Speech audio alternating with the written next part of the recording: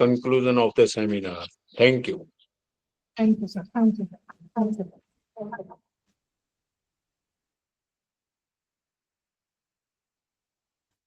Now, I think our next resource person has joined. Yes.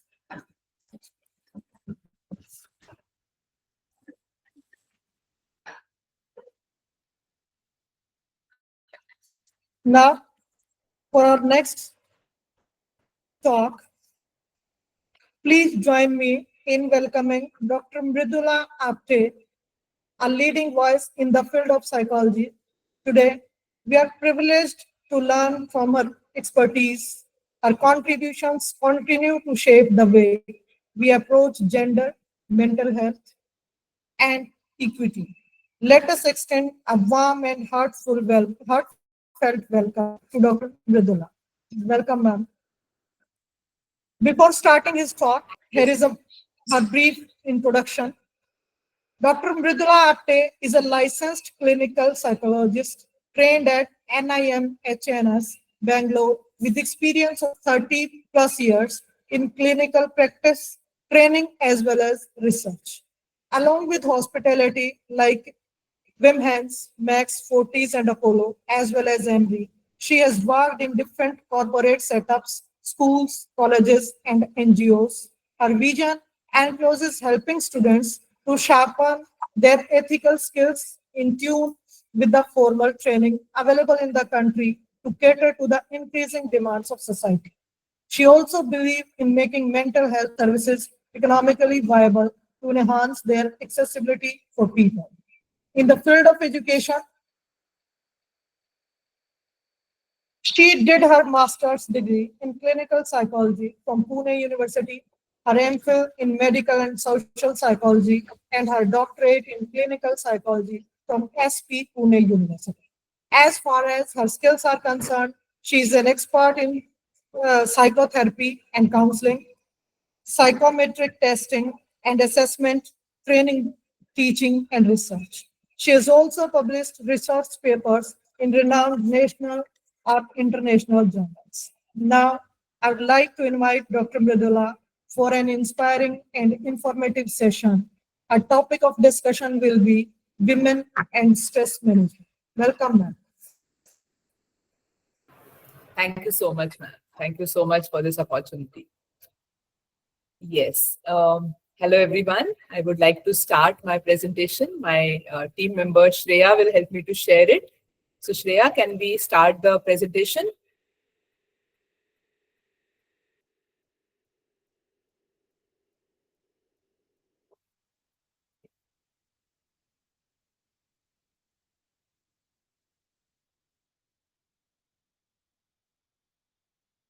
Right. So I'm sure from morning, all of you have heard very nice presentations. I think Dr. Darolia's last part of the presentation I heard, it was really wonderful. So this is another, a sub-branch of stress management, let us say, women and stress management. Why are we talking about women? Women face stress differently. Also, the stress that women face affect not only them, but since they are a little less than half of our population, I think it affects society, it affects children, और हर स्तर में society के women का stress affect करता है, women को भी psychosocial stress affect करता है. सो इसीलिए हम वुमेन एंड स्ट्रेस मैनेजमेंट के बारे में अलग से बात करेंगे. Before that, we'll just start with what is stress. I will run through those slides because I'm sure those have been covered. Can we have the next slide, Shreya? Yeah, I'll take all the questions later. Somebody has raised hands. Is that all right? We can take the questions at the end. Yes. So, stress kya hai? I'm sure you have already heard that, seen that in the earlier presentations. The WHO, World Health Organization, defines stress as a natural human response, physiological and psychological, to challenges and threats, a state of worry or mental tension. So stress ये जो concept है, ये engineering field से आया हुआ concept है, जिसमें bridges जब बना रहे थे तो ब्रिजेस के ऊपर, पुल के ऊपर कितना इम्पैक्ट आता है उसको स्ट्रेस बोलते थे. So the impact of or the burden on somebody is stress. Okay, so that is how stress came about. Though it is in the psychology field, it has come from the engineering field. Can we have the next slide? Right. So ये थोड़ा सा एक जो दीपिका पादुकोण का organisation है, live love laugh foundation, इससे हमने ये लिए हैं स्लाइड्स. बहुत सुंदर है इसीलिए लिए हैं. इसको हम कहेंगे स्ट्रेस बकेट. स्ट्रेस बकेट में जो पानी है, वो जितना स्ट्रेस है हमारे लाइफ में, वो पानी स्ट्रेस को रिप्रेजेंट करता है. चाहे वो ट्रॉमा हो जो हम बचपन से कैरी कर रहे हैं, या अभी कोई अगर हमारे लाइफ में हमने ट्रॉमा या बहुत ज्यादा स्ट्रेसफुल इवेंट हमने फेस किया है, या डेली की जो हैसल्स है, जो जिम्मेदारियां हैं वो है, या वर्क प्रेशर है. इतना ज्यादा कई बार वर्क प्रेशर होता है, इतनी ज्यादा चिंताएं होती है कि हम बहुत ओवरबर्डन फील करते हैं. इतना ही नहीं, मतलब डेली का जो आवाज बहुत आती है, लोग इतना हॉर्न बजाते हैं रास्ते में भी, इतना रोड रेज होता है, घर में भी इतना स्क्रीन टाइम हमारा होता है, सेंसरी ओवरलोड हर समय हमारा रहता है. उसके बाद रिलेशनशिप्स के चैलेंजेस, इन सब के साथ काम करते करते हमें नेविगेट करने होते हैं हमारे सबसे इंपॉर्टेंट रिलेशनशिप्स, हमारी फैमिली, हमारे फ्रेंड्स, हमारे अच्छे प्यारे कलीग्स भी. सो ये सब करते करते ये स्ट्रेस बकेट कब भर जाती है और ओवरफ्लो हो जाती है, हमें पता ही नहीं चलता है. इसको एक ओवरवेल्म का स्टेट कहेंगे. हमें ओवरवेल्मिंग लगता है हमें कि अब लगता है कि नहीं कर पाएंगे इससे ज्यादा. ऐसे कई बार आई एम श्योर हम सबके लाइफ में होता है. Next slide. इसमें एक थोड़ी देर के लिए रिफ्लेक्ट करते हैं और देखते हैं कि अगर ये पानी जो आ रहा है, जो स्ट्रेस हमारे लाइफ में आ रहा है, वो कहाँ कहाँ से आ रहा है. और अगर हमने इस बकेट में थोड़े से होल्स करें तो इस होल्स में से जो स्ट्रेस निकलेगा, जो रिलीज होगा स्ट्रेस, उससे हमारे लाइफ में कितना आराम होता रहेगा. सो अगर जैसे डॉक्टर दरोलिया ने कहा लास्ट में, जो मैंने सुना, कि अगर हम अपना ध्यान रखें, फिजिकल एक्टिविटी करें, टाइम से अपना रूटीन मैनेज करे, या किसी फ्रेंड से बीच बीच में बात करे, अपने बाउंड्रीज मेंटेन करे कि नहीं मैं इतना ही कर सकता हूँ या इतना ही कर सकती हूँ, इससे ज्यादा मेरे पॉसिबल नहीं है. It is impossible for me. हर चीज को हाँ कहना, लोगों को प्लीज करते रहना, नहीं करना है ये सब. I am okay, I am done, मैं इतना ही कर सकता हूँ. तो इस तरह से अगर हम कुछ स्ट्रैटेजीज यूज करेंगे तो शायद ये बकेट में से स्ट्रेस हर समय रिलीज होता रहेगा. तो पानी आता रहेगा, क्योंकि स्ट्रेस तो आता रहेगा ही, ये लाइफ है, स्ट्रेस आता ही रहेगा, मगर पानी निकलता भी रहेगा. तो we will be in a more comfortable position. And we have the next slide. Right. So stress हमेशा प्रॉब्लमैटिक नहीं होता है. स्ट्रेस कई बार अच्छा भी होता है. जैसे जब हमारा प्रमोशन होता है या कोई हम अच्छी न्यूज सुनते हैं, तो वो अच्छा स्ट्रेस हम मानते हैं. तो यू स्ट्रेस, इसका मतलब है पॉजिटिव स्ट्रेस. अनफॉर्चुनेटली चाहे स्ट्रेस नेगेटिव हो जो कि डिस्ट्रेस है, या पॉजिटिव हो जो कि यू स्ट्रेस है, टेंशन बॉडी में उतना ही होता है. तो बॉडी जो है वो किसी भी स्ट्रेस का सामना करने के लिए हमारी सिंपैथेटिक नर्वस सिस्टम को फुल्ली अराउज करती है. जो चाहे वो अच्छा है खराब है, बॉडी तो स्ट्रेस्ड आउट होती है. तो आपने सुना होगा कि हार्ट पेशेंट्स को हम बोलते हैं कि एक्साइटमेंट नहीं होनी चाहिए, बहुत ज्यादा खुशी भी प्रॉब्लमैटिक है. तो exactly that is the reason, क्योंकि बहुत ज्यादा स्ट्रेस जब होता है, चाहे अच्छा चाहे खराब, वो प्रॉब्लमैटिक होता है. Can we have the next slide. ये हमने देखा है. लेट अस से कि स्ट्रेस इंटरनल भी है, एक्सटर्नल भी है. इसका मतलब बाहर से भी वो पानी आ रहा है बकेट में, और अंदरूनी भी हमारे कुछ इश्यूज होते हैं. कई इश्यूज होते हैं जो कि बचपन से हम, हमारी अपब्रिंगिंग की वजह से या हमारे अपने स्वभाव की वजह से बने हुए इश्यूज होते हैं, जिसकी वजह से जो बाहर से जो स्ट्रेस आ रहा है वो हम ज्यादा स्ट्रेसफुल परसीव करते हैं. वही स्ट्रेस हर एक पर्सन को अलग अलग वे में अफेक्ट करेगा. अपने छोटे बच्चों में भी देखा होगा, अगर आपके बच्चे, आपके कॉलेज के स्टूडेंट्स भी आपने देखे होंगे कि आपने अगर सडनली सरप्राइज टेस्ट अनाउंस कर दिया क्लास में, तो कई बच्चे एकदम नर्वस हो जाते हैं, कई बच्चे एक्साइट हो जाते हैं, उनको वो स्ट्रेस अच्छा लगता है कि वाओ, मैं प्रिपेयर करूंगा, रात भर आज मैं जग के प्रिपेयर करूंगा। और कई लोग थोड़े से बीच में होते हैं, उनको समझ नहीं आता है, फिर धीरे धीरे मैनेज कर लेते हैं। सो हमारा स्वभाव भी बहुत इंपॉर्टेंट होता है कि हम लोग स्ट्रेस को कैसे मैनेज करते हैं। अब स्वभाव हमारी स्किन की तरह होता है, हम उसको निकाल के तो फेंक नहीं सकते हैं। तो हमारे स्वभाव के साथ हमें एडजस्ट करके स्ट्रेस मैनेजमेंट कैसे करना है, ये सीखना है। Next slide.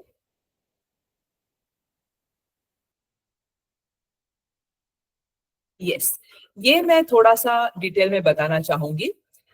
ऐसे इमेजिन करते हैं कि स्ट्रेस जो होता है वो एक शेर की तरह है, और जंगल में आप हो और शेर आपके सामने आ जाता है, तो आपके सामने फर्स्ट दो जो उपाय है, फाइट और फ्लाइट, वो आपके सामने क्लियर कट उपाय है ना।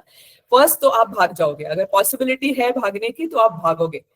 अगर आपके पास कोई वेपन्स है, आपके पास कोई हथियार है, तो आप फाइट करने की भी कोशिश कर सकते हो। अगर भागने का पॉसिबिलिटी नहीं है तो आप फाइट करने की कोशिश करोगे और सोचोगे कि किसी तरह मैं बच जाऊं। ओके, सो फाइट करना का मतलब एग्रेशन, अपना फ्रस्ट्रेशन निकालना, उसके ऊपर अपना बचाव करने के लिए फाइट करना। फ्लाइट का मतलब उधर से भागना, अवॉइड करना उस स्ट्रेस को। और ये दोनों उपाय जरूरी है और अच्छे भी है। कई बार हमें स्ट्रेस से भागना पड़ता है। सो हर बार जब हम स्ट्रेस से भागते हैं तो हम कोई डरपोक नहीं होते हैं। कई बार शेर जैसा स्ट्रेस है तो भागना भी पड़ता है, और कई बार फाइट भी करना पड़ता है। सो हर समय गुस्सा आना गलत बात नहीं है। अगर कोई हम पे अटैक कर रहा है या हमारे ऊपर कोई अगर बहुत जुल्म कर रहा है, तो उसको फाइट करना भी जरूरी है। तो फाइट और फ्लाइट, ये दोनों रिस्पॉन्सेस बहुत अच्छे हैं और जरूरी हैं। तीसरा रिस्पॉन्स फ्रीज रिस्पॉन्स है। फ्रीज रिस्पॉन्स थोड़ा अलग से समझने वाला रिस्पॉन्स है।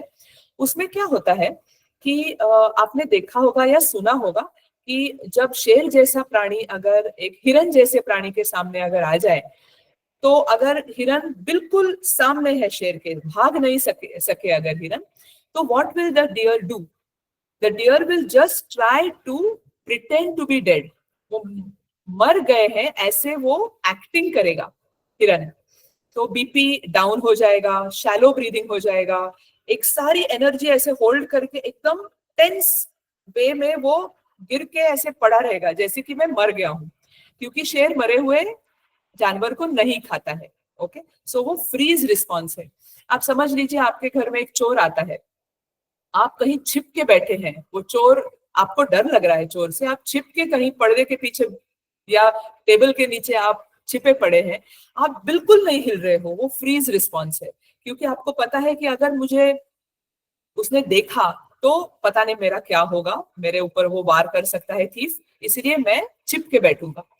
तो एग्जैक्टली वो फ्रीज रिस्पॉन्स इस तरह का होता है। कई बार हमें फ्रीज भी होना पड़ता है, कई बार हमें छिप के रहना पड़ता है, कई बार हम भाग नहीं सकते ना वार कर सकते हैं। ओके, सो ऐसे में क्या होता है कि सारी एनर्जी जो है हमारी, सारा टेंशन बॉडी में बिल्डअप तो हो गया है, भागने की एनर्जी हमारे अंदर है, मगर हम भाग नहीं सकते हैं। ओके, हमारी सारी एनर्जी ऐसे एकजुट होके हमारे शरीर में फंसी पड़ी है। Again, going back to the example of the deer and the lion or deer and tiger, कि जब शेर सामने आ रहा है, वो डियर फ्रीज होके पड़ा है, शेर जब चला जाता है तो डियर उठ के चुपचाप नहीं जाता, डियर एक लंबी छलांग मार के चला जाता है। और इस छलांग को प्रॉन्किंग कहते हैं।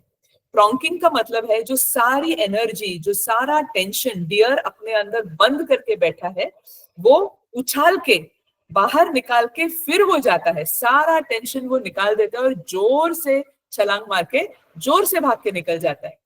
अनफॉर्चुनेटली हम लोग बहुत इंटेलेक्चुअल भी हो गए हैं, अच्छी बात है, मगर कई बार जो सारा टेंशन हमारे अंदर रह जाता है, जब हम फ्रोजन होते हैं, वो हम निकाल नहीं पाते हैं। तो वो निकालना जरूरी है। अगर हम कभी भी फ्रीज रिस्पॉन्स देते हैं तो जरूरी है कि वो टेंशन हम निकालें और फिजिकल वेज में निकालें। रोना अच्छी बात है, एक्सरसाइज अच्छी बात है, थोड़ा सा ये सब होने के बाद इधर उधर चलना अच्छी बात है, इवन जंप करना, डांस करना, थोड़ा सा हाथ पैर हिलाना, स्ट्रेच करना, ये बहुत जरूरी है। नहीं तो क्या हो जाएगा, फिर एक चिक चिक मन में रहेगी, चिड़चिड़ापन रहेगा, डलनेस आएगा, काम करने की इच्छा नहीं होगी, ये सारी प्रॉब्लम्स आ जाएंगी। और लास्ट रिस्पॉन्स है फॉन रिस्पॉन्स। आप इमेजिन करें एक छोटा बच्चा है जिसको अनफॉर्चुनेटली उसके पापा मम्मी रोज काफी ज्यादा मारते हैं, काफी ज्यादा पीटते हैं, उनके अपने फ्रस्ट्रेशंस है, या प्रॉबेबली कोई अल्कोहलिज्म का प्रॉब्लम है फादर या मदर में, तो बच्चे को वो काफी ज्यादा फिजिकली अब्यूज कर रहे हैं। अब बच्चे के पास चॉइस तो नहीं है, बच्चा उधर ही उसको रहना है, तो बच्चा कई बार पापा मम्मी को बहुत खुश करने की कोशिश करता है, बहुत ज्यादा प्यार करता है उनको, उनकी हर बात मानता है, उसको लगता है कि शायद मैं अगर इस तरह से बिहेव करूं तो मेरी मार थोड़ी कम हो जाए। इस रिस्पॉन्स को फॉन रिस्पॉन्स कहते हैं। मतलब जब हमारे ऊपर इस तरह का कोई थ्रेट आए कि कोई और हमारे ऊपर जुल्म कर रहा है, तो हमें लगता है कि अगर मैं अच्छा बिहेव करूं तो शायद ये कम हो जाए, शायद ये स्ट्रेस मेरे लाइफ में कम हो जाए। तो इस वजह से ये फॉन रिस्पॉन्स भी होता है। ऐसे बहुत सारे और रिस्पॉन्सेस हैं जो हम कई बार देते हैं, मगर ये सारे रिस्पॉन्सेस से हमारा स्वभाव बनता है बचपन से लेके बड़े होने तक, इसीलिए ये सारे रिस्पॉन्सेस जरूरी है। Next slide please. ये hand model of the brain है। आप सब लोग साइंस फील्ड के हैं तो डेफिनेटली आप सबको पता है कि हैंड मॉडल क्या है और ब्रेन के सारे लोब्स कहाँ सिचुएटेड है। खाली मैं एक इम्पॉर्टेंट बात यहाँ पे कहना चाह रही हूँ कि हमारा जो ब्रेन है उसके जो मेन तीन भाग है। एक तो है जो हमारा फ्रंट ब्रेन है। फ्रंट ब्रेन हमारा प्री फ्रंटल कॉर्टेक्स जहाँ पे लोकेटेड है, हमारा जो सारा सेरिब्रल कॉर्टेक्स जहाँ पे है। उसके बाद एक मिडिल ब्रेन है। मिडिल ब्रेन जहाँ पे अंगूठा है मेरा या उस फिगर में, ये जो मिडिल ब्रेन है ये हमारी इमोशनल ब्रेन मानी जाती है। यहाँ पे हमारा एमिगडाला, लिम्बिक रीजन्स सूटेड है और सिचुएटेड है। और तीसरा जो अंगूठे के जस्ट नीचे है वो हमारा लोअर ब्रेन है। हमारा लोअर ब्रेन हमारा रिफ्लेक्सिव ब्रेन होता है, इसमें सारे रिफ्लेक्सेस सिचुएटेड है, और ये हमारा सर्वाइवल ब्रेन है। तो जब भी हमें कुछ चोट लगती है तो इमीडिएटली हमारा जो स्टार्टल रिफ्लेक्स होता है या हमारा इमीडिएटली क्लॉटिंग शुरू हो जाता है, तो ये सारे जो रिस्पॉन्सेस है ये हमारा लोअर ब्रेन देता है। इमोशनल ब्रेन हमारा बिल्कुल बचपन में फर्स्ट फ्यू मंथ्स में ही डेवलप होना शुरू हो जाता है। ये ब्रेन जो है ये नॉन वर्बल ब्रेन है, ये बहुत ज्यादा वर्बल ब्रेन नहीं है, थोड़ा सा वर्बल है but maximum non verbal brain है। तो हमारे एकदम छोटेपन में जो भी हमारे साथ मुसीबतें हुई है, प्रॉब्लम्स हुई है, ये सारे इधर स्टोर्ड है और ये वर्बली स्टोर्ड नहीं है। तो चाहे हम जितना भी वर्बली बात करें, जितना भी अपने आप को समझाए, वो ये वाला ब्रेन वो बातें नहीं समझता है। तो हमें इस ब्रेन के लिए कुछ और उपाय करने पड़ेंगे, which I will talk to you about in some time. और ये जो ऊपर का ब्रेन है, ये जो सबसे ज्यादा हम ह्यूमंस में ही ये ब्रेन है, ये सबसे ज्यादा थिंकिंग ब्रेन माना जाता है। इसको हम रिफ्लेक्टिव ब्रेन भी बोलेंगे। ये रिफ्लेक्ट करता है, सोचता है। मगर अगर शेर आता है या चोर आता है तो इस ब्रेन का कोई फायदा नहीं, इन्हीं दो ब्रेन से काम चलेगा। फियर रिस्पॉन्स आएगा इमोशनल ब्रेन से, और इसीलिए ये वाला जो सर्वाइवल ब्रेन है ये क्विकली एक्शन लेगा। ये वाला ब्रेन क्विक एक्शन नहीं लेता है, ये वाला ब्रेन सोचता है, समझता है। सो ये वाला ब्रेन तो हमारा पावरफुल है ही, मगर इस ब्रेन को भी हमें थोड़ा सा ध्यान देना है। Next slide please. ओके, एक छोटा सा एक्सरसाइज मैं चाहती हूँ आप लोग करें स्ट्रेस मैनेजमेंट के लिए। छोटा सा, कोई भी एक नेगेटिव सिचुएशन आप इमेजिन करें, कोई भी आपके लाइफ की कोई भी, और ये शेयर नहीं करना है, मैं आपको शेयर करने के लिए नहीं कहने वाली हूँ। सो कोई भी नेगेटिव सिचुएशन के बारे में अगर आपके पास पेपर पेन है या आपके मोबाइल में, प्लीज नोट डाउन करें।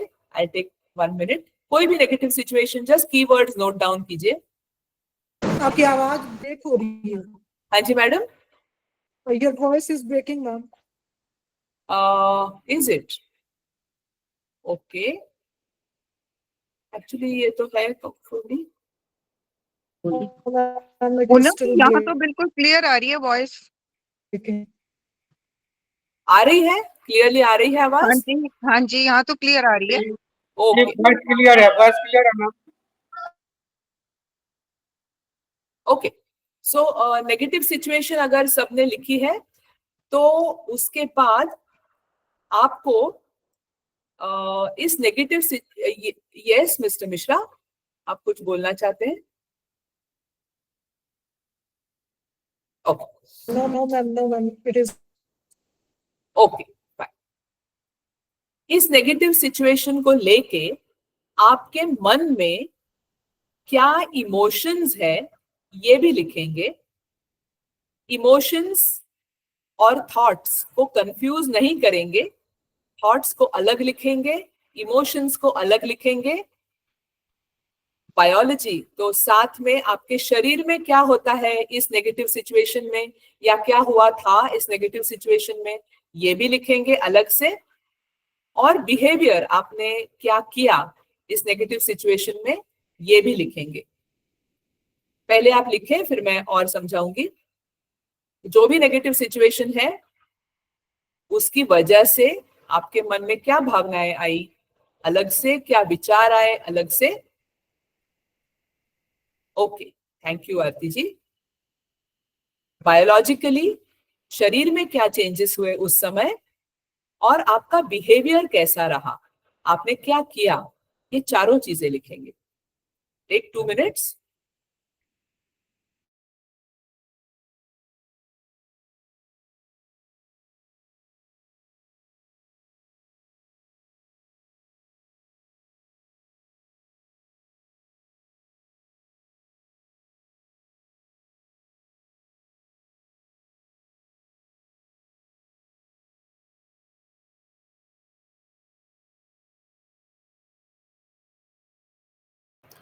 ओके, अगर आपका खत्म हो गया है, if anybody wants to say anything we can take a minute, otherwise मैं समझाऊंगी आगे क्या करना है।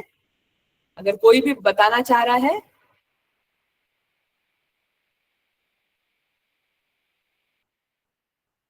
ओके, सो नॉर्मली जब नेगेटिव सिचुएशन होता है तो हमारे विचार, हमारी भावनाएं सब मिक्सअप हो जाता है।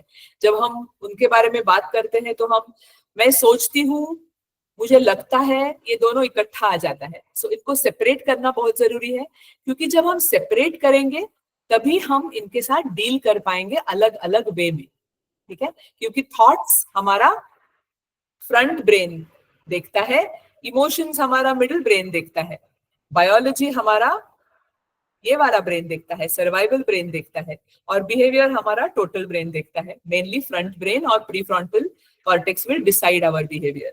Okay, yes, right. Anybody wants to say anything? Anybody wants to say anything? Soni ji या मिश्रा जी, आप कुछ बोलना चाहते हैं? ओके ओके, सो इमोशंस हो सकते हैं कि मुझे दुख लगा, मुझे खराब लगा। हाँ जी, यस मैम, कहना है कि मैम नमस्कार। नमस्कार। जी, कहना है मैम कि एक बार में बहुत सारे थॉट्स जो अराइज होते हैं, मतलब आते हैं, तो उसको ब्रेक डाउन करने का, उसको नॉर्मल मतलब करने का, वो कैसे किया जा सकता है? हाँ जी, हाँ जी, बिल्कुल। प्रेजेंटेशन में आगे चल के वही बात हम करने वाले हैं सोनी जी। जी, thank you. Yes yes, continue आते रहता है, मतलब कोई भी थॉट आया उसके बाद कंटिन्यू वो आते रहते हैं। जी बिल्कुल, बहुत थॉट्स की ये जी थॉट्स की एक खासियत है कि वो चेन बनाते हैं। एक जी। थॉट आ गया, उसके ऊपर दूसरा, उसके ऊपर तीसरा, और हम ऐसे लगता है कि हम थॉट्स की ही दुनिया में चले गए, है ना? तब अलग अलग स्ट्रेस का माहौल बनने लगता है कि वो एक अलग दुनिया, उसका अलग जो आप बिल्कुल समझ गई हैं। तो ये कैसे ब्रेक डाउन किया जाए, उसको नॉर्मल करने का क्या है? पढ़ने बिल्कुल के लिए भी पढ़ भी रहे हैं, उस समय भी ऐसा होता है कि कहीं और थॉट्स आने लगते हैं बीच बीच में। बिल्कुल बिल्कुल, मैं समझ रही हूँ। वो रेलवे की पटरी की तरह ना, एक साइड हम काम करते रहते हैं, दूसरी साइड थॉट्स आते ही रहते हैं बैकग्राउंड में। जी यस, सो जब थॉट्स आते हैं वो ऐसे चेन बनाते हैं और बहुत परेशान कर देते हैं। थॉट्स अजीबोगरीब भी थॉट्स आ सकते हैं, रेपिटेटिव थॉट्स भी आ सकते हैं। कई बार नेगेटिव सिचुएशन में ऐसे थॉट्स आते हैं कि मैं कर ही नहीं पाऊंगी, मैं कर नहीं पाऊंगा, मेरे से नहीं हो पाएगा ये, पता नहीं मेरे ही साथ ऐसे क्यों होता है, आगे चल के क्या होगा पता नहीं, घबराहट हो जाती है। जब घबराहट हम बोलते हैं तो वो इमोशन है। ओके, सो उसके बाद मैम गुस्सा आता है। हाँ जी, उसके बाद उसके सेकंड स्टेप है कि उसके बाद गुस्सा आएगा, एकदम लगेगा कि मन को राइट। सो कई बार थॉट्स से इमोशंस होते हैं पैदा, कई बार इमोशंस की वजह से थॉट्स होते हैं, ये सारा इंटरलिंक्ड है। ओके, सो इमोशंस को अलग करेंगे। बायोलॉजी, कई बार घबराहट होती है तो धड़धड़ होने लगता है छाती में, या पेट में अजीब सा फीलिंग आने लगता है, या भारीपन लगता है सिर में, कई लोगों को हाथ पैर में ऐसे पसीना सा आ जाता है, तो वो बायोलॉजिकल जो चेंजेस होते हैं वो शरीर में हो जाते हैं। बिहेवियर इन थॉट्स और इमोशंस और बायोलॉजी की वजह से बिहेवियर भी बदलता है। अगर मुझे बहुत ज्यादा घबराहट हो रही है समझ लीजिए, तो मैं उस सिचुएशन से भागने की कोशिश करूंगी, मेरा फ्लाइट रिस्पॉन्स हो जाएगा, मैं सोचूंगी छोड़ो बाबा मेरे से नहीं होगा, ये एग्जाम मैं नहीं दे सकती, मेरे से हो ही नहीं सकता है। ओके, अगर मुझे गुस्सा आ जाए तो मैं फाइट रिस्पॉन्स दूंगी, तो बिना बात के चिड़चिड़ हो जाएगी, या कंसर्न पर्सन से अननेसेसरीली कुछ उल्टा सीधा मैं बोल दूंगी। तो मेरा बिहेवियर मेरे इमोशंस, थॉट्स और बायोलॉजी के ऊपर बेस्ड है। अब चेंज कैसे करें? सो जब हमें ये थॉट्स या इमोशंस या बिहेवियर या बायोलॉजी को ठीक करना है, तो बिल्कुल उसी तरह से उनको हमें ठीक करना है। समझ लीजिए, अगर आपको छाती में धड़धड़ हो रही है, तो आपको प्राणायाम, मेडिटेशन, योगा, इन चीजों से फायदा होने वाला है। मैं मोटा मोटा बता रही हूँ, डिटेल में हम जाएंगे। अगर आपको थॉट्स पे कंट्रोल करना है, तो जिसको हम कॉग्निटिव बिहेवियर थेरेपी कहते हैं, वो हम उसके बारे में भी बात करेंगे। मगर एक सिंपल उपाय है, दो सिंपल उपाय मैं बताऊंगी थॉट्स के लिए, बहुत अच्छा कंट्रोल उससे आ सकता है। एक तो दिन में एक 15-20 मिनट का वरी टाइम रखिए, चिंता करने का समय। उस टाइम को छोड़ के बाकी सारे टाइम में कोशिश कीजिए कि आपकी सारी चिंता, सपोज आपने 4 बजे रख दिया, रोज 4 से 4:15 बजे में चिंता का टाइम है, मेरा वरी टाइम है, तो रोज आप जब भी आपको कोई भी थॉट आए, तो अपने मन को समझाना है कि मैं कोशिश करूंगी कि 4 बजे कल सोचूं, या 4 बजे आज सोचूं, अभी नहीं सोचूंगी। तो कई बार थोड़ा सा फायदा उससे हो जाता है। दूसरी बात, पोस्टपोनिंग, मैं अभी नहीं, मैं बाद में डेफिनेटली इसके बारे में सोचूंगी। तो या तो वरी टाइम रखो, या तो किसी तरह से उसको पोस्टपोन करो। हमारा दिमाग जो है वो 24 घंटे चलता रहता है, चाहे हम चाहे नहीं चाहे, वो चलता ही रहेगा। हमारा दिल और हमारा दिमाग जब हम सोते हैं तभी भी सोचता है, और हमारा दिमाग प्रोसेसिंग बहुत अच्छा करता है, मगर उसको प्रोसेसिंग का टाइम चाहिए। अगर आप हर समय कॉन्शियसली सोचते रहेंगे तो उसको प्रोसेसिंग का टाइम नहीं मिलेगा। तो क्वेश्चन अपने दिमाग को दे दीजिए कि my brain please think about this and get back to me, और आप बाकी काम करते रहिए। आपका दिमाग डेफिनेटली सोच के आपको थोड़े टाइम में या 1-2 दिन में आंसर दे देगा।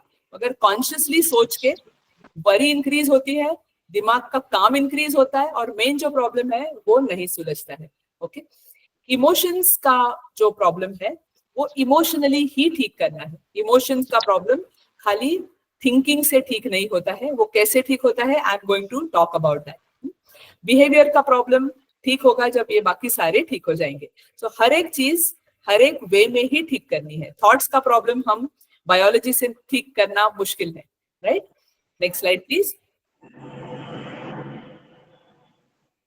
ओके, अब थोड़ा सा हम औरतों के मानसिक आरोग्य के बारे में स्पेसिफिकली बात करेंगे।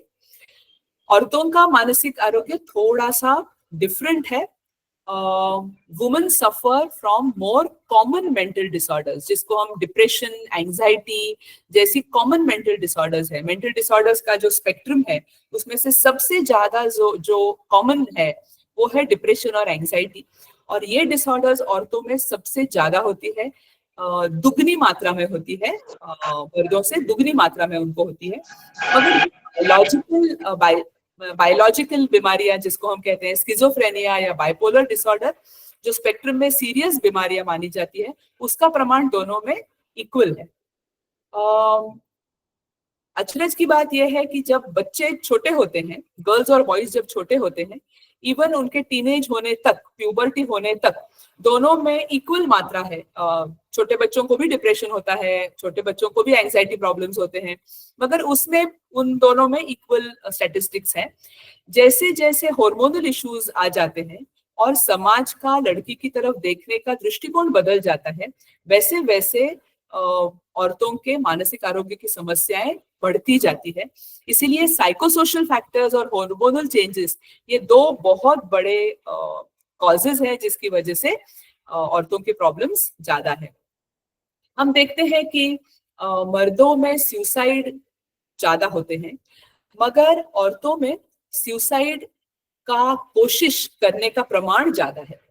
औरतें ऑलमोस्ट 4 टाइम्स ज्यादा मर्दों से ज्यादा कोशिश करती हैं सुसाइड की, मगर क्योंकि उनको रिसोर्सेस अवेलेबल नहीं होते हैं, या कई बार उनके आसपास काफी लोग होते हैं, काफी ज्यादा उनके ऊपर मॉनिटरिंग होता है, तो इस वजह से वो कंप्लीट नहीं कर पाती है सुसाइड, और मेल्स ज्यादा सुसाइड कंप्लीट कर पाते हैं। मानसिक आरोग्य के लिए, मानसिक बीमारियों के लिए, जो जैसे किसी भी आरोग्य की समस्या के लिए औरतों का हेल्प सीकिंग बिहेवियर सबसे ज्यादा कम होता है, क्योंकि वो सबसे पहले आई थिंक प्रायोरिटी दी जाती है अर्निंग मेंबर्स को फैमिली की। मैं सारे अर्बन रूरल सारी पूरे पब्लिक की बात कर रही हूँ, नॉट जस्ट हमारे बड़े बड़े शहरों की बात नहीं कर रही हूँ। तो सारे समाज में अगर हम देखें तो सबसे ज्यादा प्रमाण होता है जो अर्निंग मेंबर्स है या जो बच्चे हैं, उनको ट्रीटमेंट सबसे पहले मिलती है, औरतों का नंबर बाद में आता है। उसके बाद हम औरतें कई बार अपने आप को भी थोड़ा कम समझते हैं, बच्चे को डॉक्टर के पास ले जाएंगे मगर खुद के लिए हम बाद में सोचेंगे। आई थिंक सारे ही पेरेंट्स खुद के लिए बाद में सोचते हैं, उसमें से औरतें और कम सोचती हैं अपने बारे में, इसीलिए वो हेल्प लेने तक पहुंचते नहीं है, तो बीमारियां बहुत बढ़ जाती है, डिप्रेशन बहुत बढ़ जाता है, और जब तक वो इतना पीक पे पहुंच जाता है कि फिर सब लोग गिव अप कर देते हैं कि ये तो ऐसी है, ये तो कुछ कर ही नहीं सकती, फिर इसको दवाइयों पे रखो पूरी लाइफ, 20-20, 25-25 साल मेंटल डिसऑर्डर्स के लिए औरतें दवाइयां लेती रहती है, सोई रहती है, और कोई उनको ध्यान नहीं देता है। हालांकि आजकल के टाइम में इतनी अच्छी दवाइयां हैं और इतनी अच्छी काउंसलिंग और थेरेपी की फैसिलिटीज है कि बहुत कम ऐसे प्रॉब्लम्स है जिनके लिए पूरी जिंदगी दवाइयां लेनी पड़ती है। बहुत जल्दी एक्टिव और नॉर्मल हो जाते हैं लोग, तो ये बात हमें पता नहीं होती है, इसीलिए हम मेंटल डिसऑर्डर्स को राइट ऑफ करते हैं। हमें लगता है कि एक बार किसी को मेंटली इल हो जाए तो वो तो गया, अब इसका तो कुछ हो नहीं सकता, ऐसा बिल्कुल भी नहीं है। Okay, next slide. हम देखते हैं कि ज्यादा औरतों में डिप्रेशन और एंजाइटी का प्रमाण ज्यादा है, और पुरुषों में एडिक्शन का प्रमाण ज्यादा है, और औरतों में भी अब धीरे धीरे बढ़ रहा है। इम्पल्स कंट्रोल डिसऑर्डर्स की बहुत गैम्बलिंग करना या इंटरनेट एडिक्शन हो गया, इस तरह के जो प्रॉब्लम्स है ये आपको पुरुषों में ज्यादा दिखते हैं, राइट।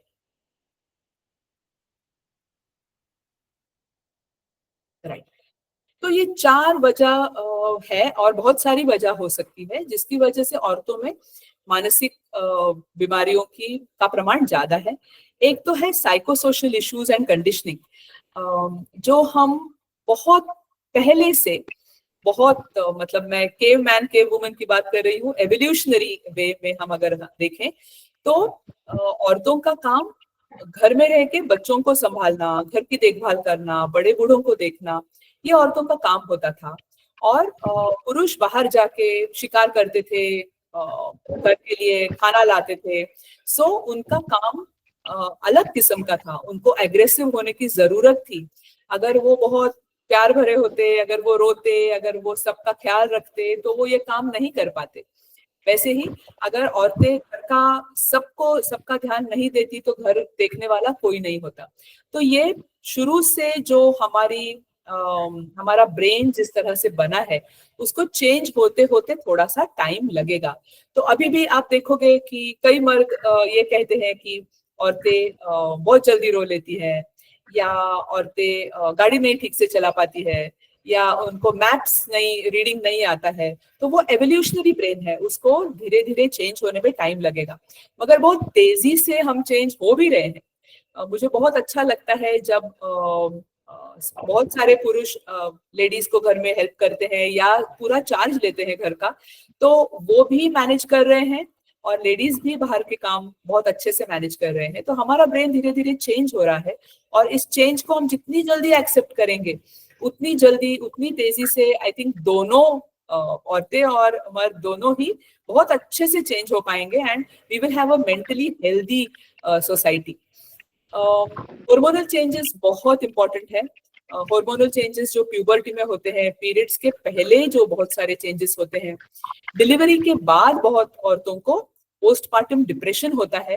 वो पोस्टमार्टम डिप्रेशन भी कई बार सोशल वजह से होता है, not just biological. Oestrogen levels तो ड्रॉप हो ही जाते हैं सडनली, मगर पोस्टमार्टम डिप्रेशन का प्रमाण आजकल क्यों बढ़ रहा है, तो उसका एक कारण सोशल फैक्टर्स भी हैं। प्रेगनेंसी एंड चाइल्ड बर्थ बहुत बड़ा फैक्टर है, मेनोपॉज बहुत बड़ा फैक्टर है। तो ये सारे हार्मोनल चेंजेस हर समय एक इमोशनल रोलर कोस्टर राइड पे औरतें रहती है और इसके लिए थोड़ा सा सेंसिटिव हम सबको होना बहुत जरूरी है। We can't negate it. मुझे याद है मेरी जनरेशन में जब हमें बच्चे हुए थे तो ये बहुत नेचुरल नॉर्मल प्रोसेस था, ऑफ कोर्स ऐसे ही मानना चाहिए उसको, मगर आजकल मैं देखती हूँ कि नई लड़कियां जिनको बच्चे होते हैं वो बहुत अलग तरीके से, उनका बहुत अच्छा रिस्पेक्टफुली डॉक्टर्स भी ट्रीट करते हैं। सो ये देख के बहुत अच्छा लगता है कि समाज धीरे धीरे औरतों को जो रिस्पेक्ट उनको चाहिए वो उनको मिल रहा है। और इन इम्पोर्टेंट इवेंट्स पे अगर औरतों को इतना अच्छा रिस्पेक्ट मिलेगा तो वो डेफिनेटली उसका डबल समाज को वापस देंगे। ओके, लास्टली थॉट प्रोसेसेस इन वुमेन। जैसे मैंने कहा कि एवोल्यूशनरी जो हमारा समाज था, जो बहुत पहले हम जिस तरह से बड़े हुए हैं, हमारा थॉट प्रोसेस, लेडीज का थॉट प्रोसेस थोड़ा सा पीछे रहने का था कि ठीक है बाकी लोगों को आगे बढ़ने दो क्योंकि मुझे तो टेक केयर करना है सबका। तो इस वजह से थोड़ा सा आगे जाने में दिक्कत आने लगी। उसके बाद बहुत सारी चीजें हुई, हमारे देश में भी ब्रिटिश लोग आए, उससे पहले औरतों को ज्यादा आजादी थी, हम सबको पता है। और उसके बाद हमारी आजादी भी थोड़ी थोड़ी कम होती गई, फिर हमारे ऊपर काफी सप्रेशन होता गया, वायलेंस काफी ज्यादा अभी भी है औरतों के लिए। तो थोड़ा सा पीछे रहने की टेंडेंसी सी हो गई है औरतों में कि नहीं मैं आगे जाऊंगी तो पता नहीं इन लॉस को अच्छा लगेगा कि नहीं, समाज को अच्छा लगेगा कि नहीं, बहुत ज्यादा स्ट्रेस है, अगर मैंने प्रमोशन लिया मुझे ट्रांसफर करना पड़ेगा, फिर मैं बच्चों को कैसे देखूंगी। ये इतने ज्यादा उलझने होती है कि पीछे रहना औरतें पसंद करती हैं और इस वजह से फिर थोड़ी सी घुटन डेफिनेटली होती है क्योंकि उनमें कैपेसिटी है फिर भी वो कई बार आगे नहीं जा पाती। 0-100 नहीं है, बहुत सारी औरतें आगे जाती है, मैनेज कर लेती है, उनको फैमिली सपोर्ट भी बहुत अच्छा मिलता है। मैं जनरली बता रही हूँ, अभी भी काफी ज्यादा इसी तरह से हमारा थॉट प्रोसेस है। Can we have the next slide please. Violence के बारे में मैं बात करना चाहूंगी क्योंकि हमारे क्लिनिक्स में जो औरतें आती हैं, जो छोटी छोटी लड़कियां आती हैं, कई बार सेक्सुअल अब्यूज से विक्टिमाइज हो गई होती हैं। हमारे समाज में सेक्सुअल अब्यूज के बारे में हम बोलते नहीं है, स्टैटिस्टिक्स बहुत ज्यादा है, ऑलमोस्ट 33% स्टैटिस्टिक्स है चाइल्ड सेक्सुअल अब्यूज का और सेक्सुअल अब्यूज का मिला के। सो इसका मतलब है बहुत ज्यादा औरतें इसका शिकार है मगर कोई इसके बारे में ओपनली बोलता नहीं है। Not just sexual abuse but घर में डोमेस्टिक वायलेंस। डोमेस्टिक वायलेंस की परिभाषा भी अलग अलग है। हमने सबने थप्पड़ मूवी देखा है या सुना है, तो एक थप्पड़ को या थोड़ा धक्का मारने को या थोड़े से गुद्दे मारने को हम कई बार वायलेंस नहीं समझते हैं, मगर ये बहुत गलत बात है। Violence is violence. Verbal violence भी होता है, मेंटल टॉर्चर भी होता है और दोनों तरफ से होता है। मैं ये नहीं कहूंगी कि मर्दों को टॉर्चर नहीं सहना पड़ता है, बिल्कुल भी नहीं, दोनों तरफ से टॉर्चर हो सकता है, but today we are talking about women, so I am focusing on that. ये वायलेंस जब होता है तो डिप्रेशन बढ़ता है क्योंकि मन में सारे इमोशंस रहते हैं, प्रेशर कुकर की तरह ये सारे इमोशंस मन में रहते हैं, ये एक्सप्रेस करने का स्कोप नहीं है।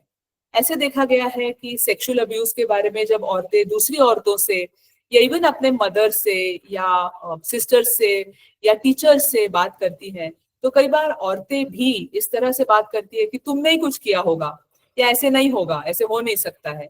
तो इट इज लाइक री ट्रॉमेटाइजेशन, औरतों को दोबारा ट्रॉमेटाइज, ये सेकंड इंजरी जैसे हो गया कि आपने इतनी बड़ी बात को डिसमिस कर दिया है। तो औरतों को लगने लगता है कि सच में शायद मेरी ही कोई गलती होगी, मैं ही ये रोक नहीं पाई, शायद मुझे सुनना चाहिए था सब क्या कह रहे थे उसको।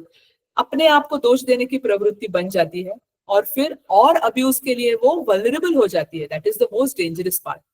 इतना ज्यादा अपने बारे में अगर हीन भावना है, इंफीरियोरिटी कॉम्प्लेक्स है, तो एक पॉइंट में सुसाइडल फील होना बहुत नेचुरल है। और कंटिन्यूअसली पूरी लाइफ सुसाइडल फील करना भी मैंने कई औरतों में देखा है, जो कि बहुत भयंकर होता है। कोई इसके बारे में ओपनली बात नहीं करेगा, आपको पता नहीं चलेगा, मगर कभी आप थोड़ा सा अगर कुछ लेडीज से जनरली बात करके देखें तो आपको पता चलेगा उनके मन में कितनी ज्यादा घुटन और कितनी ज्यादा सफोकेशन कई सालों से है। इसकी वजह से प्रोडक्टिविटी कम हो जाती है, फंक्शनैलिटी कम हो जाती है।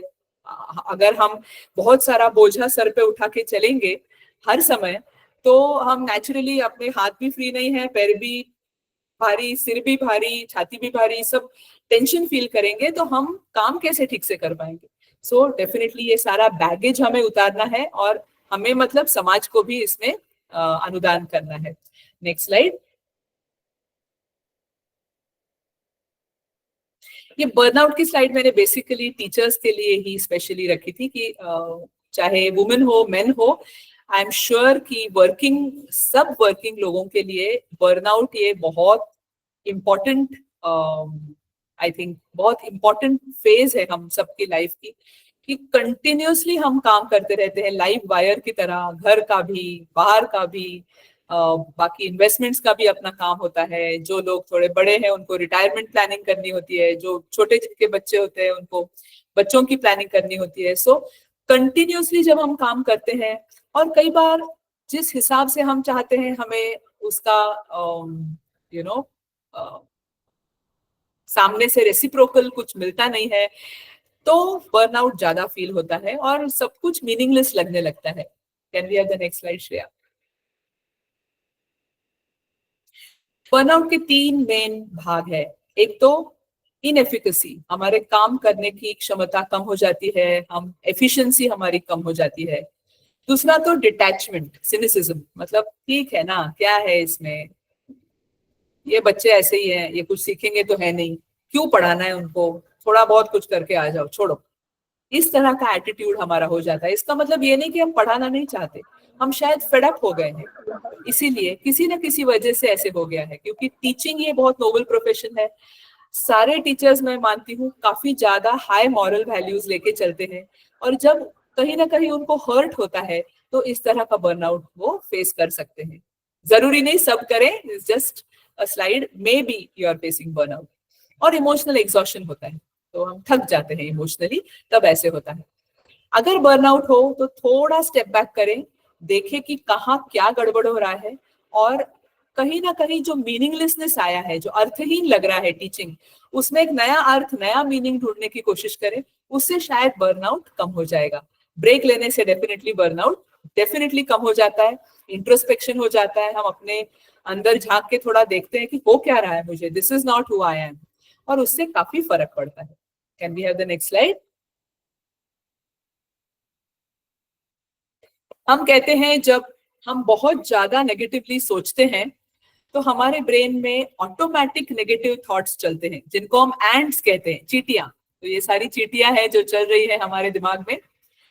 बहुत सारी चींटियों के नाम है हमारे पास एज साइकोलॉजिस्ट, मैं 4 नाम आपको बताऊंगी। सो क्या होता है कि कई बार जब हम समझ लीजिए कि मेरे दिमाग में एक थॉट है कि आई am not such a good psychologist, मैं इतनी ग्रेट साइकोलॉजिस्ट नहीं हूं, मैं ठीक ठाक हूँ, ओके हूँ, मैं बहुत ग्रेट नहीं हूँ। मान लीजिए मेरे पास बहुत सारे पेशेंट्स आ जाएं और बहुत खुश होके चले जाएं, और मुझे बोले डॉक्टर साहब आपने मैं ठीक हो गई हूँ या मैं ठीक हो गया हूँ और थैंक्स टू यू। अब मेरे दिमाग में तो ये ख्याल है कि मैं अच्छी साइकोलॉजिस्ट नहीं हूँ, मगर ये सब लोग मेरी तारीफ कर रहे हैं, ये सब क्या हो रहा है? मेरे दिमाग का जो टेम्पलेट है कि आई एम नॉट गुड, वो मैच नहीं हो रहा है मेरे थॉट्स से, है ना। सो मैं उस थॉट को मैच करने के लिए कुछ चीटियों का इस्तेमाल करती हूँ। इन चीटियों को हम एंट्स कहेंगे, ऑटोमेटिक नेगेटिव थॉट्स। तो मेरा एंट है इधर, इस केस में मेरा एंट है मिनिमाइजेशन।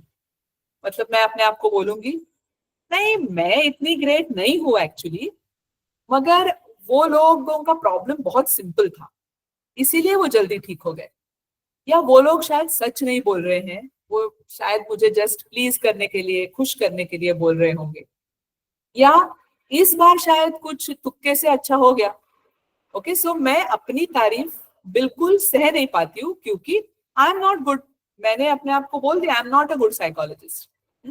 तो हमारे अंदर जो टेम्पलेट है I am not a good psychologist या आई एम वेरी गुड, या जो भी हमारे अंदर जो टेम्पलेट्स है, जो ज्यादातर नेगेटिव टेम्पलेट्स अक्सर होती है, उसको प्रूव करने के लिए हमारे मन में कुछ कॉग्निटिव एरर्स या ऑटोमेटिक नेगेटिव थॉट्स होते हैं। एक तो है मिनिमाइजेशन, अपने आप को कम समझना। दूसरा है मैग्निफिकेशन, मतलब बात का बतंगड़ बनाना। कई बार हमारे लाइफ में जब छोटी छोटी चीजें होती है हम बहुत बड़ा सोचते हैं। हमारा बच्चा घर लेट आ गया तो हम सोचेंगे अरे कहाँ, पता नहीं कहाँ फंस गया, एक्सीडेंट तो नहीं हो गया। इतना ज्यादा हमारा मन उधर चला जाता है कि हमें पक्का हो जाता है कि हो गया है एक्सीडेंट। कुछ नहीं पता है हमें, एक्चुअली कुछ नहीं पता है, बिल्कुल नहीं पता है, कोई हिंट नहीं है, कोई फोन नहीं है, कुछ नहीं है। हमने ना उसको फोन किया है मगर हमारा मन ऑलरेडी उधर पहुंच गया, तो हमने उसको बड़ा बना के ऑलरेडी चिंता हमारी शुरू हो गई। फिर हमारे थॉट्स, हमारे इमोशंस, हमारा बिहेवियर और हमारी बायोलॉजी सारी चेंज हो गई। Okay, mind reading. Mind reading का मतलब है दूसरे का मन रीड करना। तो ये तो इम्पॉसिबल है ना, हमें जादू टोना तो आता नहीं है, तो हम दूसरे का माइंड कैसे पढ़ सकते हैं? मगर ये गलती है हमारे मन की, हमारे थॉट्स की, कि कई बार हमें लगता है कि अरे ये ऐसे सोच रहा है, और इतना ऐसे लगता है कि हमें सचमुच लगने लगता है कि वो ऐसे ही सोच रहा है।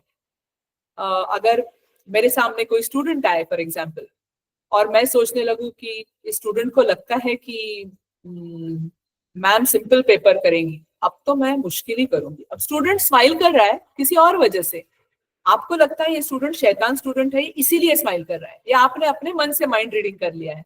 ऐसे कुछ भी नहीं हुआ है, फैक्ट नहीं है ये, मगर हमारा मन ऐसे गेम्स हमारे साथ खेलता है। ओके, लास्ट है इनकरेक्ट लेबलिंग। आपके बॉस ने आपको बोला कि you are very good at this and you are very there is something you need improvement, so you are very good at A, B you're needing improvement। तो ये जो needing improvement है ये मेरे दिमाग में फंस गया और मैंने अपने आप को लूजर बोल दिया। Oh my God, I am a loser। अब मैंने क्यों ये लेबल डाल दिया अपने आप को, I am a loser, I am not good। ये सारे लेबल्स हम अपने आप को ही बना देते हैं कि मैं तो बेकार हूँ, मेरा लाइफ तो गया। ये इस सारी चीजों से हम अपने ही माइंड को हिप्नोटाइज कर रहे हैं। ओके, सो हम अपना ही उल्टा हिप्नोसिस कर रहे हैं नेगेटिव वे में। सो मैं तो कहूंगी ना आप पॉजिटिव हो जाएं ना नेगेटिव हो जाएं, हम रियलिस्टिक हो जाएंगे, क्यूरियस रहेंगे, देखेंगे ना क्या होता है, ये करके देखते हैं, देखेंगे क्या होता है। कई बार क्या होता है, टॉक्सिक पॉजिटिविटी भी गड़बड़ करती है। अगर हम अपने आप को बोले नहीं नहीं सब ठीक हो जाएगा, और अगर नहीं होता है तो हम बहुत ऐसे बलून को पिन मारने जैसे हो जाता है।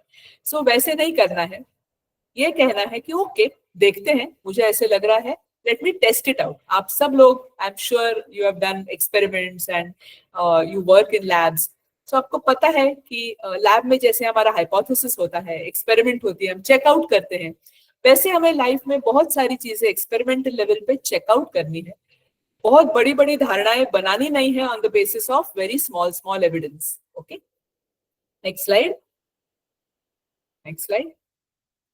या सो ये मैंने ऑलरेडी बता दिया है आपको। Can we have the next slide Shreya? ये एक सिंपल है, आप सब लोग ज्यादातर टीचर्स है यहाँ पे, इसलिए कि स्टूडेंट्स बिहेवियर से टीचर का जजमेंट ये हो सकता है कि ये स्टूडेंट ऐसा ही है, और माइंड रीडिंग हो सकता है उसकी वजह से टीचर्स के माइंड में अनप्लेजेंट इमोशंस आ सकते हैं कि आजकल सारे स्टूडेंट्स सुनते ही नहीं है, बात नहीं मानते हैं, तो फिर बर्नआउट हो सकता है और फिर ये एक पैटर्न बन सकता है। ओके, ज्यादातर सीनियर टीचर्स में कई बार अगर उनको जोश नहीं रहता है तो ये बर्नआउट की वजह से ये जोश खत्म हो सकता है। सो जरूरी नहीं कि सीनियर टीचर्स में ही ऐसा हो, जूनियर टीचर्स में भी हो सकता है। सो ये बर्नआउट से बचे रहें and we have to do something about it. Can we have the next slide? Right, so हमें ये जो चीटियां हैं इनका करना क्या है? पहले तो हमें बार बार देखना है कि ये चीटियां हो तो नहीं रही है, हम कुछ थिंकिंग में गड़बड़ तो नहीं कर रहे हैं, माइंड रीडिंग तो नहीं कर रहे हैं, बात का बतंगड़ तो नहीं बना रहे हैं, अपने आप को कम तो नहीं समझ रहे हैं, या गलत वर्ड्स का इस्तेमाल तो नहीं कर रहे हैं। तो पहले हमें ये देखना है, मॉनिटर करना है कि ये कितनी बार हम कर रहे हैं। इसके बाद इनको चैलेंज करना है कि ये इलॉजिकल है, this is not going to work, so छोड़ो इसको, ये गलत बात है। So getting rid of them and then challenging the core belief कि ये जो हमारी मेन बिलीफ है कि मैं I am not good as a teacher, I am not good as a psychologist, या मैं तो गड़बड़ करूंगी ही, या कई लोग ऐसे बोलते हैं मैं फर्स्ट टाइम लकी नहीं हूँ, सेकंड टाइम लकी हूँ। ओके, सो ये सारी जो कोर बिलीफ्स हैं इसका लॉजिक देख के हमें धीरे धीरे इनको डू अवे करना है। Next slide. एक छोटी सी एक्टिविटी शायद आपको अच्छी लगे। क्विकली आपको जस्ट मैं एक सिचुएशन आपको बताती हूँ। ये आपकी फ्रेंड से बात कर रहे हैं, ओके, और आपकी जो फ्रेंड है, आपका फ्रेंड या आपकी जो फ्रेंड है वो बहुत उदास है क्योंकि उसके हाथ से कुछ प्रॉब्लम हुआ है, कुछ गड़बड़ हुआ है। टीचिंग में हो सकता है, एग्जाम में हो सकता है, अपनी पर्सनल लाइफ में हो सकता है, और वो बहुत ही उदास है, उसके हाथ से ही गड़बड़ हुआ है। मतलब या तो उसके हाथ से कुछ टूटा फूटा है, या उसने कुछ गलत सिखाया है, उसको बहुत खराब लग रहा है। तो आप उसको क्या कहेंगे, उसको कैसे समझाएंगे या क्या कहेंगे, ये आप मुझे या तो चैट बॉक्स में लिख के बताएं, या तो कोई बता सकता है, क्या बताएं? व्हाट विल यू से?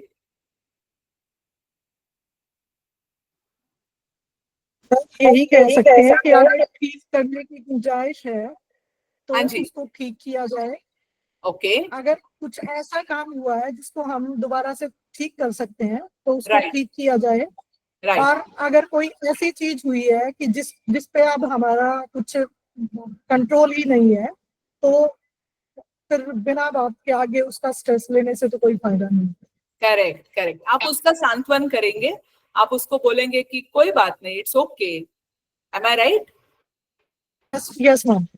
Right right, yes. अक्सर हम ऐसे ही करते हैं, जब अपनी फ्रेंड या अपने फैमिली मेंबर उदास होते हैं, किसी चीज में उनकी प्रॉब्लम उनके हाथ से हो गई है, तो हम उनको प्यार से समझाते हैं या उनको बोलते हैं कि इट्स ओके, हो जाएगा, कोई बात नहीं, हम इंसान है, हो जाता है।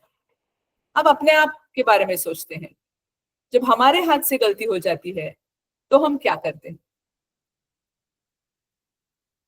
अपने आप को क्या कहते हैं?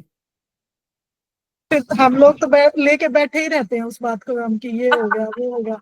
अगर मेरी बात करूं तो मैं राइट, हम अपने आप को बहुत ज्यादा सेल्फ बैशिंग करते हैं, ऐसे कैसे हो गया मेरे हाथ से, how did I do it. Okay, कई बार बहुत ज्यादा उदास हो जाते हैं, बहुत ज्यादा रोते हैं, बहुत ज्यादा अपने आप को दोष देते हैं। ओके, सो हम अपने लिए we are not good psychologist for ourselves. So हमें अपने से बात करने का तरीका ज्यादा कंपैशनेट होना चाहिए। Can we have the next slide? एक नेक्स्ट स्लाइड पे बहुत सुंदर कोट है, treat yourself like you will treat your good friend. Okay, जैसे आप अपने फ्रेंड से बात करते हैं वैसे अपने से बात करें, जस्ट उस एटीट्यूड से बहुत फर्क पड़ने वाला है। ओके, या can we have the next slide? एक छोटी सी एक्टिविटी करूंगी मैं, ये लास्ट एक दो स्लाइड्स हैं। Can I do that activity? Doctor Nishi, do we have time? Can I do this small activity? Yes ma'am. 2 minutes, yeah. So I want everybody to close their eyes. आंखें बंद करके बैठें, एक लंबी सांस लेके एक्सहेल करें,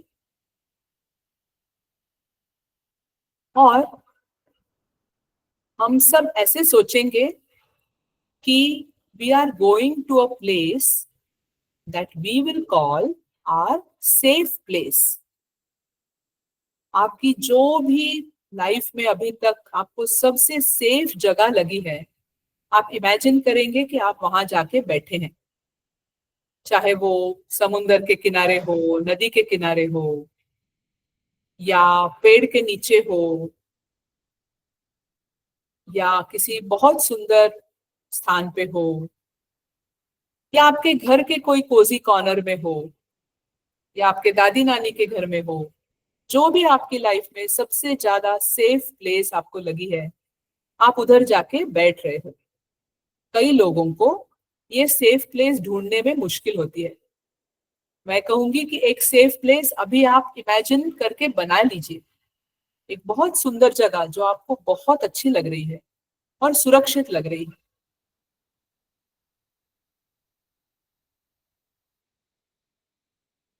इस सेफ प्लेस में क्या क्या दिख रहा है आपको? इधर का एटमॉस्फेयर कैसा है? आपको क्या क्या नजर आ रहा है? क्या आपको पानी दिख रहा है, फूल दिख रहे हैं, पेड़ दिख रहे हैं, बर्ड्स दिख रहे हैं? क्या क्या नजर आ रहा है? क्या आपको घर के अंदर की चीजें नजर आ रही हैं?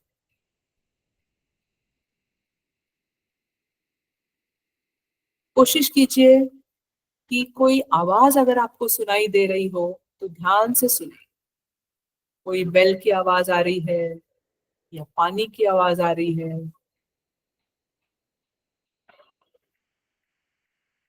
क्या लोगों की बात करने की आवाजें आ रही है? क्या कोई बर्ड्स की चर्पिंग की आवाज आ रही है?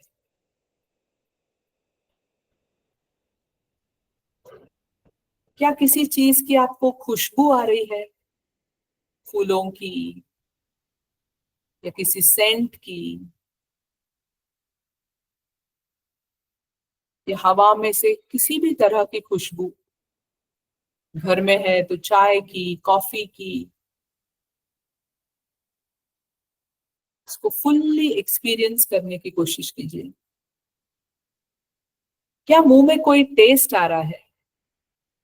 अगर दादी नानी के घर में हो तो उनके हाथ के खाने की टेस्ट आ रहा है, या आप कहीं नेचर में हो, समुंदर के किनारे हो तो एक सॉल्टी फीलिंग मुंह में आता है, क्या वो आ रहा है? और लास्ट में जो जमीन पे आप बैठे हैं, उस जमीन को हाथ लगा के देख लीजिए, टेक्सचर फील कीजिए। उस टेक्सचर में कैसा फीलिंग है?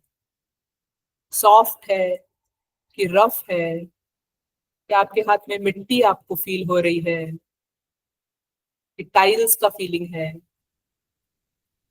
ये जो सेफ प्लेस है, ये आपकी अपनी सेफ प्लेस है। इसकी चाबी आपके पास है।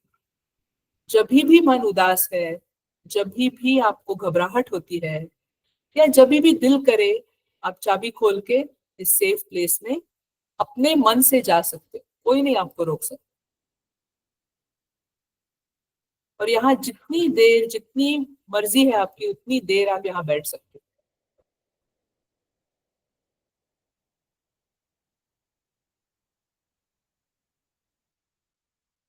जब भी आपको ठीक लगे, रेडी लगे, आप आंखें खोलें और सेफ प्लेस से धीरे धीरे बाहर आ जाए।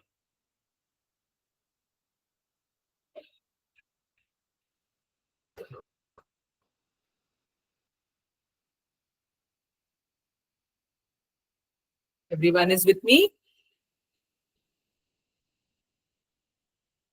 ये जो सेफ प्लेस एक्सरसाइज है, ओके, या जो सेफ प्लेस एक्सरसाइज है, ये हमारा जो इमोशनल ब्रेन है उसके लिए हमने एक्सरसाइज करा है।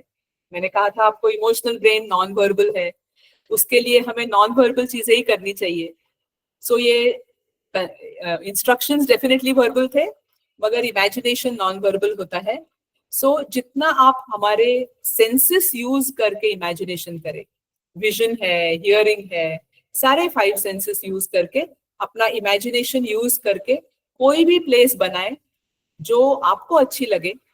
जितना आप इमेजिनेशन में जा सकते हैं उतना जाए, जितना माइंडफुली हर एक चीज का फीलिंग ले सके उतना आपको अच्छा लगेगा, बहुत अच्छा लगेगा। कई लोगों को ये सेफ प्लेस एक्सरसाइज करते टाइम रोना भी आता है, कई लोगों को अच्छा लगता है। बहुत कम, थैंक यू डॉक्टर मीनाक्षी, बहुत कम लोग हैं, 1% लोग होंगे जिनको बहुत अच्छा नहीं लगता है।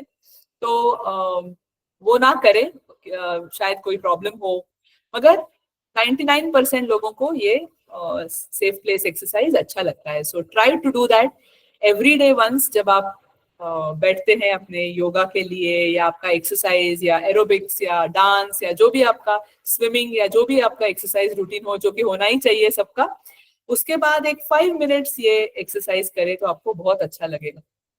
Right, can we have the next slide?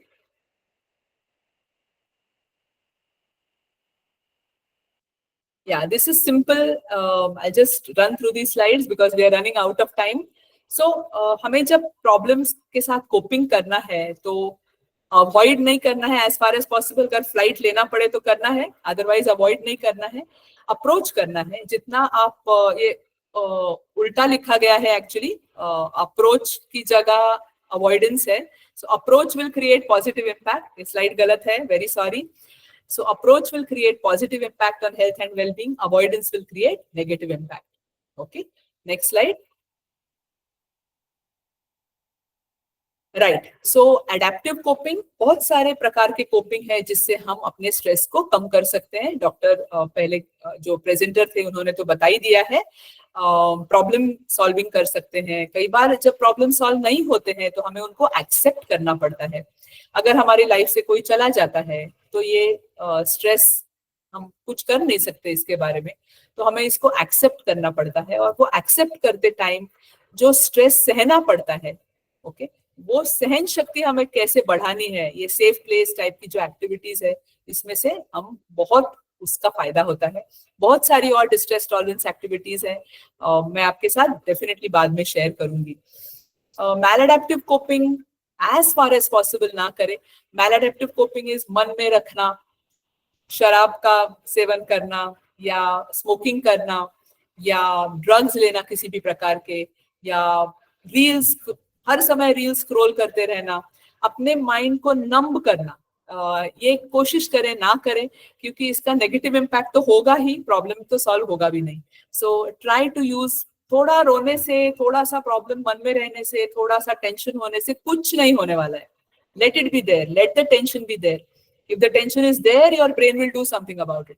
आप टेंशन को अगर नंब करेंगे, बिल्कुल उसको फीलिंग ही नहीं है कि टेंशन है कि नहीं है, तो आपका बॉडी उस टेंशन को फील करेगा और कुछ ना कुछ सिम्टम्स बनेंगे। फिर धीरे धीरे ब्लड प्रेशर, डायबिटीज, हाथ पैर दर्द होना, ये सारी चीजें हो जाती है। Next slide please. या ओनली ये लास्ट स्लाइड है। ये सारी चीजें जब है तो डेफिनेटली साइकेट्रिस्ट या साइकोलॉजिस्ट के पास जाना चाहिए।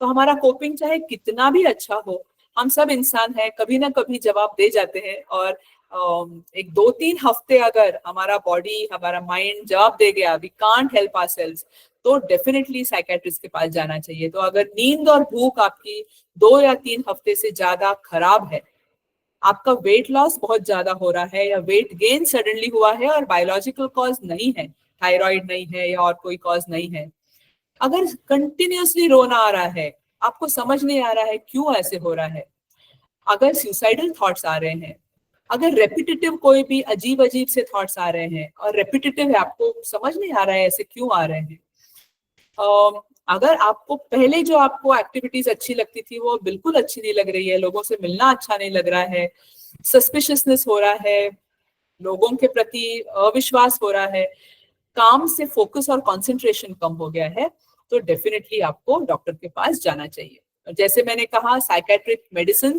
पूरी लाइफ बहुत कम केसेस में चलती है, ज्यादातर इश्यूज जल्दी खत्म हो जाते हैं। थेरेपी और काउंसलिंग भी लें, आजकल बहुत फैसिलिटीज अवेलेबल है बड़े शहरों में एटलीस्ट, तो जहां पे अवेलेबल है डेफिनेटली फैसिलिटीज लें, और ऑनलाइन भी फैसिलिटीज अवेलेबल है। Okay, so thank you so much. I think the next slide is thank you. Yeah. Thank you so much. If anybody from the participants wants to ask any question from them, you are free to ask now. नमस्कार madam, मैं एक सवाल पूछना चाहती हूँ आपसे हाँ जी। कि कभी-कभी तो मैडम हम लोग सकारात्मक चिंतन करते हैं, योगाभ्यास भी करते हैं, हाँ जी। लेकिन तनाव फिर भी कम नहीं हो पाता है और सभी काम सामान्य रूप से दिनचर्या में कर भी लेते हैं, लेकिन फिर भी अंदर से एक अजीब सी घुटन होती है और ये खास करके महिलाओं में काफी ये शिकायत देखा जाता है। तो इसके लिए क्या किया जा सकता है? राइट। महिलाओं में जो घुटन होती है उसके जो कारण है वो बहुत अधिकतर सामाजिक है। सो घर में जो हो रहा है या बचपन से जो हमारे साथ हुआ है उसका वो खत्म होना बहुत मुश्किल है। सो अभी फिलहाल जो हुआ है उसके लिए डेफिनेटली हम इमीडिएटली कुछ कर नहीं सकते हैं, मगर जो हो रहा है उसके लिए डेफिनेटली अगर कुछ भी गलत हो रहा है तो उसके लिए आवाज उठाना, घर वालों से उसके बारे में बात करना, अगर हो सके तो किसी से उसके लिए हेल्प लेना, ये बहुत जरूरी है। क्योंकि जब तक कारण कम से कम नहीं होंगे तब तक ये घुटन महसूस होती रहेगी। तो ये जो रूट कॉज है इसको भी एड्रेस करना जरूरी है। तो योगा तो आप कर रहे हैं डेली का स्ट्रेस मैनेज करने के लिए, मगर जो डेली आपके लाइफ में चलती ही आ रही है प्रॉब्लम्स और जो उसका जड़ है वो कई बार सामाजिक है, वो कई बार घर में होता है, कई बार बाहर होता है, तो डेफिनेटली उसको एड्रेस करने की आवश्यकता है। दूसरी बात तो you have to also take care of your thought process. कई बार हमें लगता है कि मतलब मैं ओपनली बोल रही हूँ, sorry to all the men here, but कई बार हमें लगता है कि हमारा हस्बैंड कुछ जो बोल रहा है वो ऐसे कैसे, मतलब हम उसको ऑब्जेक्शन कैसे लें, हम उसके अगेंस्ट कैसे बोले। मगर कई बार ये जरूरी होता है कि आप अपनी बाउंड्रीज ड्रॉ करें और उनको अपनी बात समझाएं। Okay, so that is very important.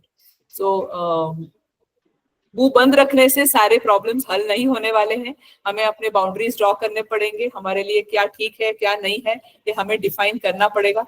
One time थोड़ी दिक्कत होगी मगर ये बहुत जरूरी है। कभी-कभी मैडम होता है ना कि हम लोग अपने परिवार में ही कुछ ऐसी घटनाएं घट गई हो और ये चीज खुल कर किसी से बोल नहीं सकते हैं, या सामने वाला दुखी ना हो जाए, या ये नहीं समझ ले कि आप काफी स्ट्रेस में है, या सामने वाले को खुश करने के लिए भी हम लोग अंदर से बहुत घुटन फील करते हैं। मैं बिल्कुल मानती हूँ आरती जी, और ये बहुत बहुत मुश्किल है और आसान नहीं है।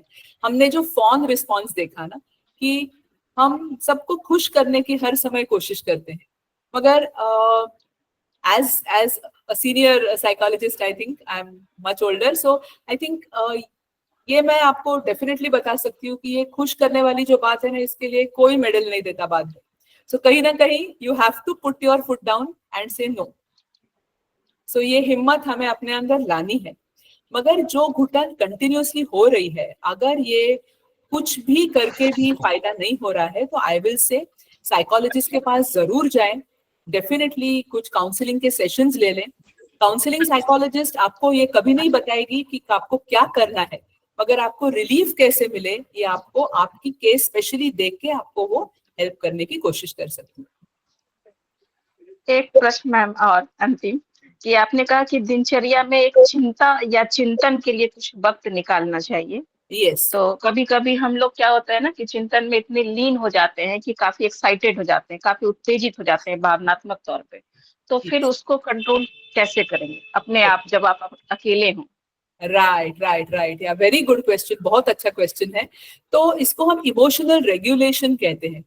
इमोशनल रेगुलेशन मतलब आप जब, जैसे हमने सेफ प्लेस किया, पहले हम अपना ब्रीदिंग कंट्रोल करेंगे, ब्रीदिंग कंट्रोल करके फिर हम अपने चिंतन के मूड में चले जाएंगे। चिंतन के मूड खत्म होने के बाद फिर से डीप ब्रीदिंग करके अपने आप को ग्राउंड करेंगे, शांत करेंगे, सेफ प्लेस जैसा एक्सरसाइज करेंगे और फिर अपनी दिनचर्या वापस शुरू करेंगे। सो इमोशनल रेगुलेशन बहुत जरूरी है। इमोशनल रेगुलेशन जैसे हम टेम्परेचर रेगुलेशन करते हैं ना, वैसा ही होता है। जैसे हमें सर्दी हो तो हीटर चलाएंगे, स्वेटर पहनेंगे, वैसे ही अगर हम उत्तेजित हो तो थोड़ा अपने आप को शांत करेंगे।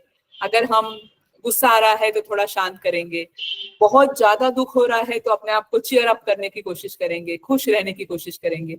सो ये थोड़ा रेगुलेशन हमें करना है चिंतन के पहले और बाद में।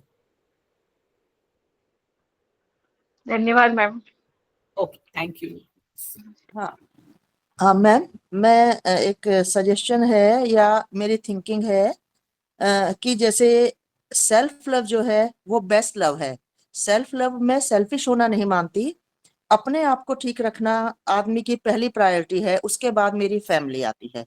एब्सोल्यूट, तो है ना, तो मेरे को कंट्रोल करने वाला कोई दूसरा माइंड नहीं हो सकता। बिल्कुल मैं अपने आप को कंट्रोल करने वाली खुद हूँ। आपने मान लो मुझे कुछ कहा, मैं बिल्कुल। उसको, देखो इंसान हूँ, कुछ देर के लिए लेना चाहिए, लेकिन उसको कितने दिन तक मैं उसको बुरा मानूं या मैं कितने दिन तक दूसरे न बोलूं, वो मेरे हाथ में है। तो मुझे बिल्कुल नहीं लगता कि हमें बहुत ज्यादा टाइम किसी बैड सिचुएशन में अपने आप को रखना चाहिए। We should try to come out of that situation as soon as possible. Absolute, लेकिन वेल सेड, वेल सेड। लेकिन ज्यादातर मैडम देखा जाता है कि जिम्मेदारी के आगे सेल्फ लव खत्म हो जाता है, नहीं नहीं मायने ही नहीं रखता। नहीं, वो एक जिम्मेदारी बाद में। प्रैक्टिस है आरती हाँ, जी, प्रैक्टिस है। आप प्रैक्टिस करेंगे तो जरूर वहां तक पहुंचेंगे, डेफिनेटली। क्योंकि आप ये मानिए कि अगर हम धीरे धीरे दूसरों की ही मान के और दिमागी तौर पर बीमार हो रहे हैं, मेरा शरीर खराब हो रहा है, तो there is nobody to take care of me, ये बात मान के चलिए आप। बिल्कुल, first priority is towards yourself, second is towards your loved ones. Okay, that is, there is no doubt about it, but it is not easy, क्योंकि हमारा conditioning इतना ज्यादा कड़क है कि it's not easy to not think about other people first. हमारी संस्कृति भी मैडम इस कंडीशनिंग में हाँ जी, परिणत होती है। बिल्कुल बिल्कुल। तो हमें ही बदलना है Aarti ji, we have to change our surroundings and ourselves. हो जाएगा, don't worry. Thank you ma'am. Yes, I think Nirmala ma'am is one. Thank you Poonam ma'am. Last question. Anjali ma'am ने काफी अच्छा समझाया है सब चीजें, बस मैं एक दो चीजें ऐड ऑन करना चाहूंगी इसमें। Ma'am, I would like to ask a question. असल में हम लोगों ने पंचकुला में एक शुरुआत की है और मैं वो शेयर करना चाहती हूँ आप सभी लोगों से। हम लोग ने विमेन